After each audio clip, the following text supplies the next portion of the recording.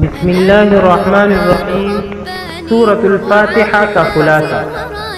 پہلا پارہ سورہ فاتحہ مکمل اور سورہ بقرہ کے کچھ حصے پر مشتمل ہے۔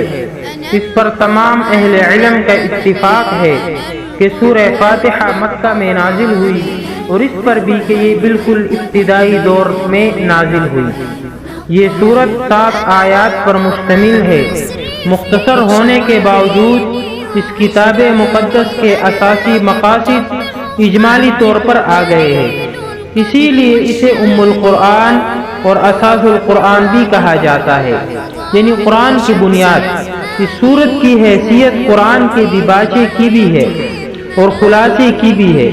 قرآن کریم کے بنیادی مضامین 3 ہیں: توحید، رسالت اور قیامت۔ اس سورت کی ابتدائی 2 آیتوں اور چوتھی آیت میں توحید کا مضمون ہے، تیسری آیت میں قیامت کا ذکر ہے، 5ویں اور 6ٹھی آیت میں نبوت اور رسالت کی طرف اشارہ ہے۔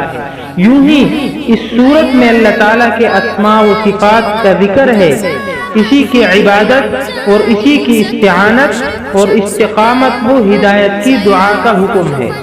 ایک طرف انبیاء اور صلحاء کا تذکرہ ہے تو دوسری طرف ان قوموں کی روش سے بچنے کی تلقین ہے جو اپنے علمی اور عملی کجروی کی وجہ سے اللہ تعالیٰ کے غضب اور عذاب کی مستحق ہو گئی۔